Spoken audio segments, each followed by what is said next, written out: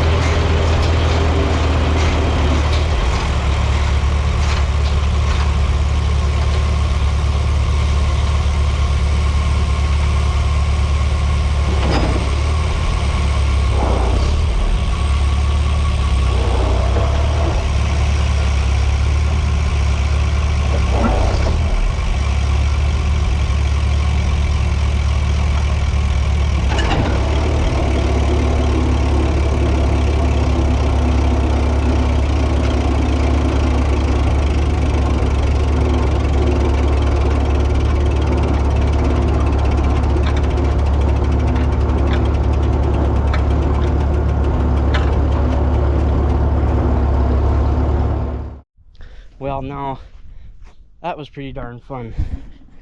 So we went through and picked this up. I found this on Facebook Marketplace, International 990, over in Wisconsin there, about an hour away from us. So it ended up being, oh gosh, I don't remember. It took us like 3 hours, I think, to pull it all the way home. Not too bad. Probably would have been a little bit shorter had we not run into some festivities, I guess we'll call it. Somerset, Wisconsin had a parade going on, so we had to kind of detour around that a little bit. But yeah, it works super good. I'm very, very pleased with it. It was kind of a guy's, well, he started out, the guy we bought it from, it was his main machine for a couple years. Then he found a John Deere 1219, and this became his backup. And then recently now he got a disc mine, which is like Dad's disc mower, only it's got the crimping rolls like the haybines here do. And so he bought that because those are faster and much better machines than haybines are.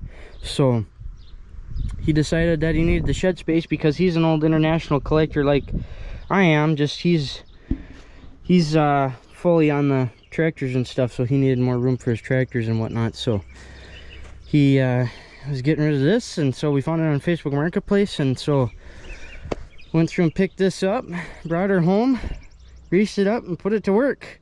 So anyhow, I guess it's kind of late for it now, but welcome back to This Old Farm. I'm Connor, as most of you know anyways. So yeah, we're getting a pretty much full hay lineup. We've got the 990 now, we've got the number 30 wheel rake over there, and we've got a square baler. I'd kind of would be wanting to find, and I know people bad rap them all the time, but I'd like to find a 241 or 2400 round baler, international round baler. I think that would be pretty cool to join into the lineup. And then of course at that point we'd have to find something bigger than our M or our 100 series or even the TA diesel. Need to find something bigger than those. We'd have to have like a 656 or something like that to start looking at, if we're looking at running a round baler for my stuff. Which granted, I'm doing all of this for Dad anyway, so it doesn't really matter. He's got his round baler, he can round bale, but it's nice to have your own equipment. So I will have to go through and find a manual for this. Supposedly you can still find them online, so I'm gonna have to go through and do that, find a manual and get kind of set up with that. So that way I can kind of, I think I need to adjust these springs. These springs are what keep your head floating on the ground. It kind of takes the weight off of the head so that it's not completely pushing on the ground. And I think these need to be adjusted a little bit. I think they're a little, at least on that side, I think they're a little bit loose. So it would be nice to have a manual to see if the manual tells you how those need to be adjusted or not. So yeah, it came with a couple of, in the little cubby compartment, it came with some extra bits and pieces and whatnot. I don't know what that is. Looks like there's another one of them down there too. Yeah, extra bits and pieces, some rope and whatnot. So hopefully we don't have to dig into that too much, but try to keep her greased up, I guess, and keep it in nice shape. The he claims this bearing, retainer, whatever you want to call it, needs to be replaced. What else? One of the is it this one here? No, where is it? Oh yeah, and I managed to get a rock in the one of the metal crimp roller. I'm not sure how that happened. One of the teeth here are broken, and of course it's the one on the very inside, which means it's going to go from here all the way down to there, because it won't come out of this end because this end has a roller thing, so that'll be fun. I think that's going to be a winter project, replacing that. So we'll see what else, how many more of them we break through the season, depending on how much we use this. I don't know how much we'll use this. But yeah, we finally got ourselves a 990, and this one actually still has the cover over the real pulley, whatever you want to call it, wheel drive.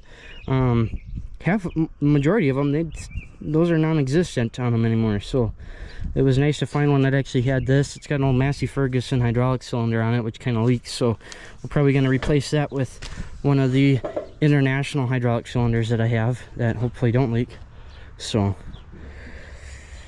yeah, pretty exciting. I'm pretty happy. As you guys saw, it works pretty good. So that's all I got right now. I don't know what we're gonna get into. Dad's working on his tire for the 706 that's parked where we just cut. So yeah, if we have anything else, we'll bring you guys back, I guess. Well, this time I'll try, and I remembered to do an outro for you guys. So today's Sunday, not a lot happened today. We put the corn planter away. I didn't really feel like videoing that because there's nothing that goes on there. Oh, there, we're gonna lose our light. Here, hold on.